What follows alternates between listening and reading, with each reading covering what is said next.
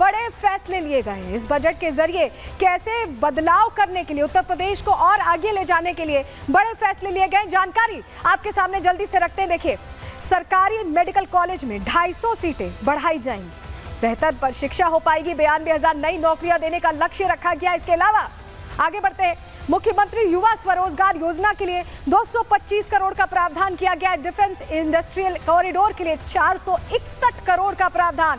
4 नए express phase बनाने की योजना यहां रखी गई है, जिससे कम्यूट और आसान हो। मुख्यमंत्री लघु सिंचाई योजना के लिए 1100 करोड़ का प्रावधान। स्मार्ट सिटी योजना के लिए भी 400 करोड़ रुपए का प्रावधान रखा गया। इसके अलावा प्रधानमंत्री ग्राम सड़क योजना के लिए 1088 करोड़ का प्रावधान। छात्राओं को मुफ्त स्कूटी दी जाएगी, जिससे उनके लिए आना जाना, शिक्षा लेना आसान हो जाए। तो ये तमाम चीजें, तैयारियां यहां पर दिखाई दे रही है। और योगी सरकार कैसे हर बजट में एक अलग एरिया पर फोकस करती है, इस बार भी उस बजट में दिखाई दिया है। सुनिए योगी आदित्यनाथ ने क्या बताया। 17-18 का जो बजट था वह उत्तर प्रदेश के अन्नदाता किसानों को समर्पित था। वर्ष 19-20 का बजट प्रदेश में महिला सशक्तिकरण को समर्पित था। 20-22 का जो बजट था हमारी सरकार का, वह स्वावलंबन से सशक्तिकरण की ओर था। 2023-24 का बजट उत्तर प्रदेश के अंदर एक त्वरित, सर्वसमावेशी और समग्र विकास के साथ आत्मनिर्भर उत्तर प्रदेश की नींव को सुदृढ़ करने वाला बजट प्रस्तुत किया गया था। 2025-26 का जो बजट है, यह भारत की सनातन संस्कृति को समर्पित सर्वे भवन्तु सुखिनः की अवधारणा पर गरीब, अन्नदाता किसान, युवा, महिला के उत्थान को समर्पित है।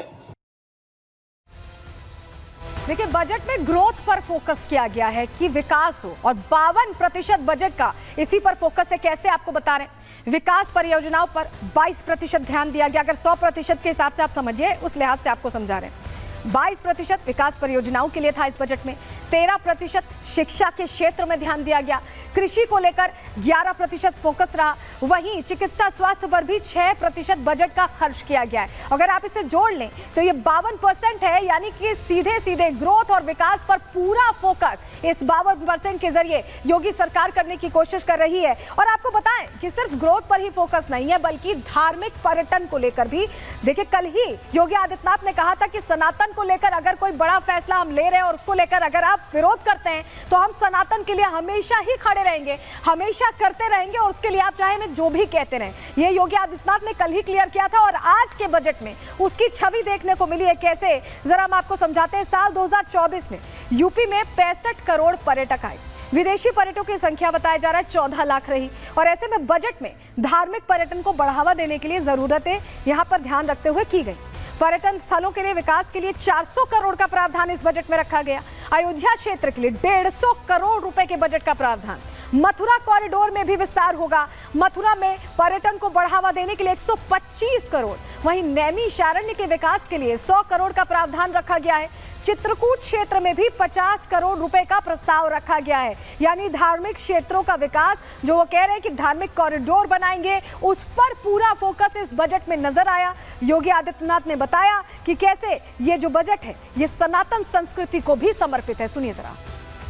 आस्था को सम्मान देने के लिए भी प्रदेश सरकार ने इस बजट में काफी प्रावधान किए हैं, और महाकुंभ की सफलता आप सबके सामने है। आपने आज कैट की रिपोर्ट को भी देखा होगा कि महाकुंभ के कारण इकोनॉमी में 3 लाख करोड़ रुपए से अधिक की वृद्धि की संभावना अभी से बताई गई है। और मुझे बताते हुए प्रसन्नता है कि इस आयोजन को आगे बढ़ाने के साथ साथ अयोध्या क्षेत्र के पर्यटन विकास के लिए 150 करोड़ रुपए, मथुरा वृंदावन के विकास के लिए 100 करोड़ रुपए की अतिरिक्त व्यवस्था का प्रावधान किया गया है। वृंदावन में श्री बांके बिहारी मंदिर के सुंदरीकरण और उसे कॉरिडोर के रूप में विकसित करने के लिए 150 करोड़ रुपए की व्यवस्था का प्रावधान किया गया है। तो योगी सरकार का ये बजट कैसे जोरदार रहा है, और कैसे सिर्फ उत्तर प्रदेश ही नहीं बल्कि देश की इकोनॉमी को बूस्ट देने वाला बजट रहा है, रिपोर्ट के जरिए आपको बता रहे हैं।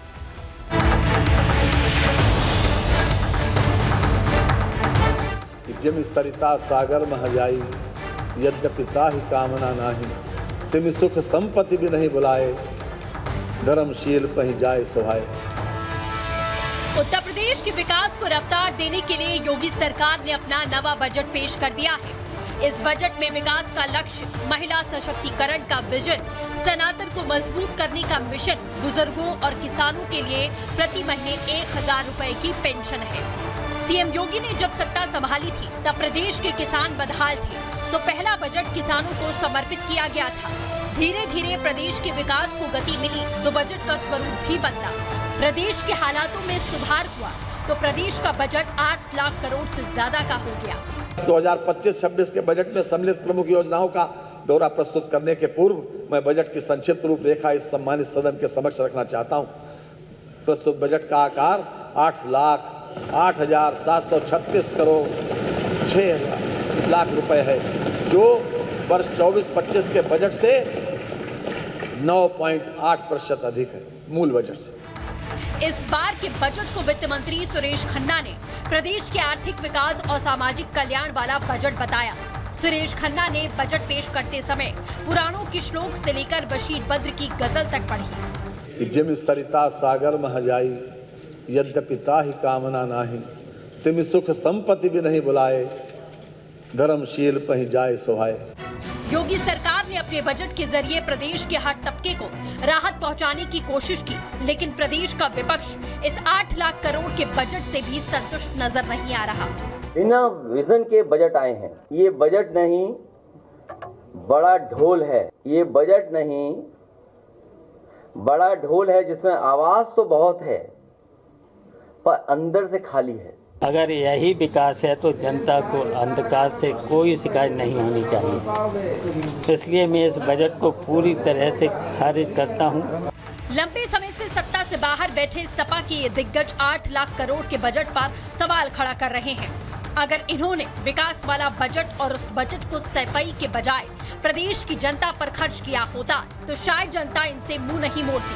सपा को ये बजट शायद इस वजह से भी खटक रहा है क्योंकि बजट में सनातन के सशक्तिकरण के लिए अलग से प्रावधान किया गया। वृंदावन में श्री बांके बिहारी मंदिर के सुंदरीकरण और उसे कॉरिडोर के रूप में विकसित करने के लिए 150 करोड़ रुपए की व्यवस्था का प्रावधान किया गया है। मिर्जापुर में मां विंध्यवासिनी धाम और उससे जुड़े हुए त्रिकोण के विकास के लिए 200 करोड़ का विकास प्रस्तावित किया गया है। योगी सरकार के बजट के जरिए अपना विजन और मिशन दोनों साफ किया गया, लेकिन विपक्ष इस बजट पर हमलावर है, तो वहीं बीजेपी बजट की तारीफ कर रही है। लोक मंगलकारी बजट आज प्रस्तुत हुआ है। यह बजट किसान, युवा, महिला और गरीबों को उत्थान को समर्पित बजट है। भारत को विकसित राष्ट्र बनाने के प्रधानमंत्री नरेंद्र मोदी जी के लक्ष्य को प्राप्त करने में यह बजट सहायक होगा। तो ये बजट सहायक होगा, देश की ग्रोथ में भी ये नेता भी सोच रहे हैं और